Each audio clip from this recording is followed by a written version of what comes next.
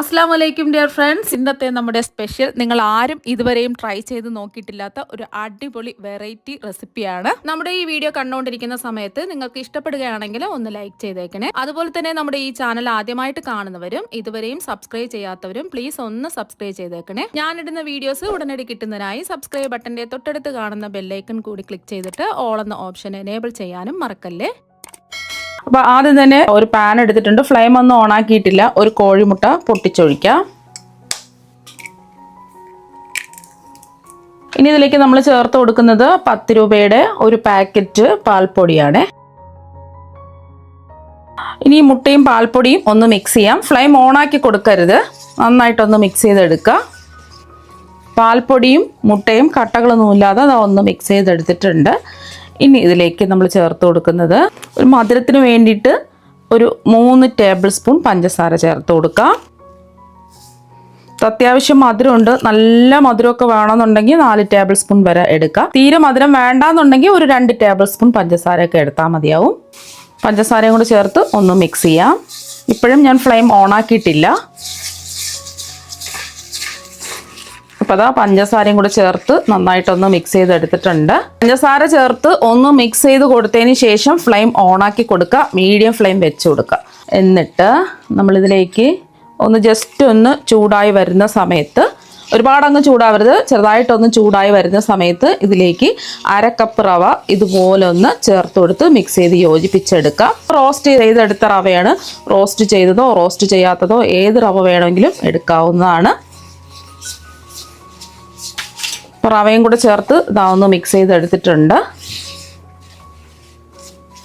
Flame കൂട്ടി വെക്കരുത്, medium flame വെച്ച് കൊടുക്കുക. റവയും കൂടെ ചേർത്ത് ഒന്ന് കട്ടകളൊന്നും ഇല്ലാതെ ഒന്ന് മിക്സ് ചെയ്തെടുത്തതിന് ശേഷം നമ്മൾ ഏത് കപ്പിലാണോ റവ അളന്നെടുത്തത് അതേ കപ്പിൽ തന്നെ 1/2 കപ്പ് വെള്ളവും കൂടി ഒഴിച്ചു കൊടുത്ത് ഒന്ന് മിക്സ് ചെയ്ത് യോജിപ്പിച്ചെടുക്കുക. കൈവിടാതെ ഇളക്കി കൊടുത്തുകൊണ്ടിരിക്കുക. നമ്മൾ മുട്ട ചേർത്തത് കൊണ്ട് അടിക്ക് പിടിക്കും.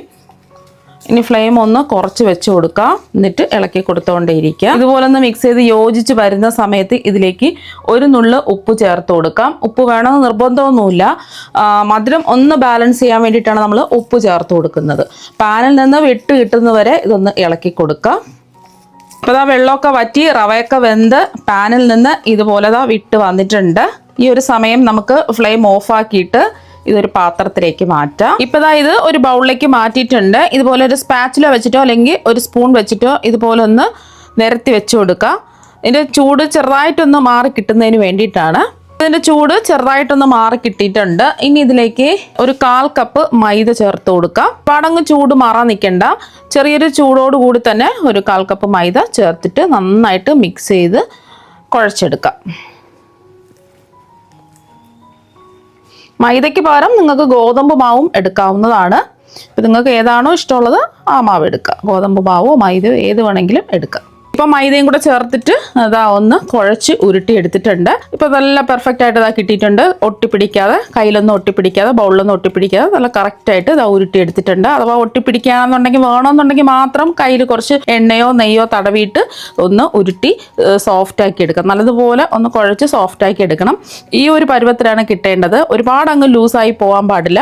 കട്ടിയായിരിക്കണം, പക്ഷേ മാവ് നല്ല സോഫ്റ്റും ആയിരിക്കണം. അഥവാ നിങ്ങൾക്ക് മാവ് കുഴച്ചെടുക്കുന്ന സമയത്ത് കുറച്ച് ലൂസായി പോയിട്ടുണ്ടെന്നുണ്ടെങ്കിൽ 1 ടേബിൾ സ്പൂൺ മാവും കൂടി ചേർത്തിട്ട്, മൈദാ മാവോ അല്ലെങ്കിൽ ഗോതമ്പ് മാവോ ചേർത്തിട്ട് ഇതുപോലെ ഒന്ന് ഉരുട്ടിയെടുക്കാം. കുറച്ച് കട്ടി കൂടി പോയിട്ടുണ്ടെന്നുണ്ടെങ്കിൽ എന്ത് ചെയ്യുക, കുറച്ച് വെള്ളം ഒന്ന് കയ്യിൽ തളിച്ചിട്ട് ഒന്ന് മാവ് ഉരുട്ടിയെടുക്കുക. ഒരുപാട് അങ്ങ് ലൂസായി പോകാൻ പാടില്ല. മാവ് കട്ടിയായിരിക്കണം, പക്ഷേ മാവ് നമ്മൾ ഉരുട്ടിയെടുക്കുന്ന സമയത്ത് ഇതുപോലെ സോഫ്റ്റും ആയിരിക്കണം. കുറച്ചും കൂടെ ഒന്ന് സോഫ്റ്റായി കിട്ടാൻ വേണ്ടിയിട്ട് നമുക്ക് കുറച്ച് സമയം ഒന്ന് മൂടി വെച്ച് റെസ്റ്റ് ചെയ്യാൻ വെക്കാം. വേണമെന്നുണ്ടെങ്കിൽ ഫ്ലേവറിന് വേണ്ടിയിട്ട് കുറച്ച് ഏലക്ക പൊടി ചേർത്ത് കൊടുക്കാം. ഞാനിപ്പോൾ ഏലക്ക പൊടിയൊന്നും ചേർത്ത് കൊടുത്തിട്ടില്ല. പാൽപ്പൊടിയുടെ ആ ഒരു ഫ്ലേവറാണ് മുന്നിട്ട് നിൽക്കുന്നത്. വേണമെന്നുണ്ടെങ്കിൽ ഒരു 1/4 ടീസ്പൂൺ ഏലക്കാപ്പൊടിയൊക്കെ ചേർത്ത് കൊടുക്കാം. നമ്മൾ മാവ് ഉരുട്ടി റെസ്റ്റ് ചെയ്യാൻ വെച്ചിട്ട് ഒരു 10 മിനിറ്റ് ആയി. ഇനി നമുക്കൊന്ന് തുറന്ന് നോക്കാം. അപ്പോൾ മാവ് കുറച്ചും കൂടി ഒന്ന് സോഫ്റ്റ് ആയിട്ടുണ്ട്. വീണ്ടും ഒന്നുകൂടി ഒന്ന് കുഴച്ചെടുത്തിട്ട് ഈ മാവ് 2 ഉരുളകളാക്കി ഉരുട്ടിയെടുക്കാം. ഒരേ വലുപ്പത്തിലുള്ള 2 ഉരുളകളാക്കി ഉരുട്ടിയെടുക്കാം. ഇപ്പോൾ ഇതാ ഒരേ വലുപ്പത്തിലുള്ള 2 ഉരുളകളായിട്ട് ഉരുട്ടിയെടുത്തിട്ടുണ്ട്. ഇതിൽ നിന്നും ഒരു ഉരുള എടുക്കാം. അപ്പം നമ്മൾ ഉരുട്ടിയെടുത്തതിൽ നിന്നും ഒരു ഉരുള മാവ് എടുത്തിട്ടുണ്ട്. ഇതിൻ്റെ പുറത്ത് കുറച്ച് നമുക്ക് പൊടി മാവ് ഒന്ന് തൂവി കൊടുക്കാം. കുറച്ച് മൈദയോ അല്ലെങ്കിൽ ഗോതമ്പ് പൊടിയോ ഇതുപോലെ ഒന്ന് തൂവി കൊടുക്കുക. എന്നിട്ട് ഈ മാവ് വെച്ച് കൊടുക്കാം. ഇതിൻ്റെ പുറത്തും കുറച്ച് മാവ് വിതറി കൊടുക്കുക. ഇനി എല്ലാ ഭാഗത്തും മാവൊന്ന് ആക്കി കൊടുക്കുക.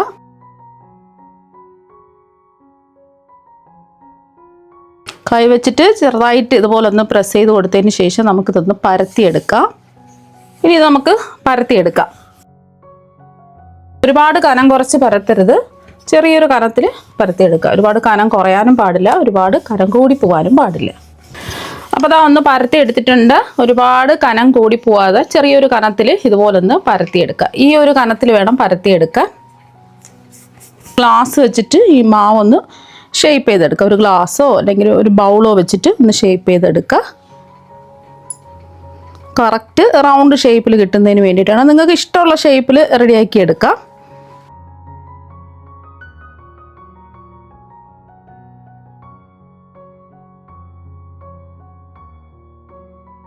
ഇനി ബാക്കി വന്ന മാവ് നമുക്ക് വീണ്ടും ഉരുട്ടിയെടുത്ത് ഇതുപോലെ തന്നെ ഷേപ്പ് ചെയ്ത് റെഡിയാക്കി എടുക്കാവുന്നതാണ്.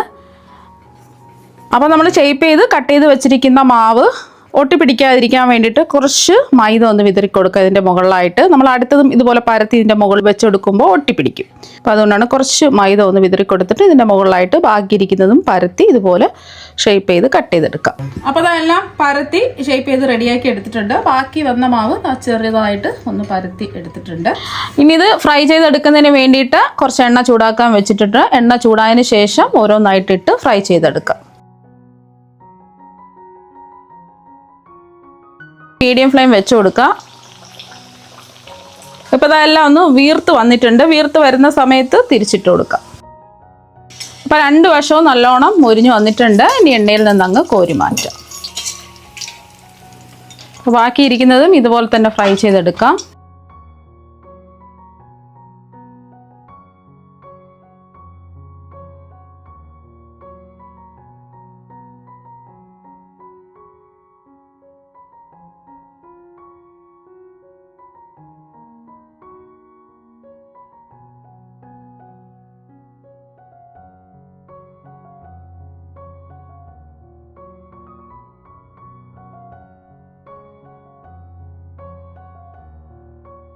അപ്പോൾ നമ്മുടെ പലഹാരം എല്ലാം ഇവിടെ റെഡി ആയിട്ടുണ്ട്. ഒട്ടും തന്നെ എണ്ണയൊന്നും കുടിച്ചിട്ടില്ല.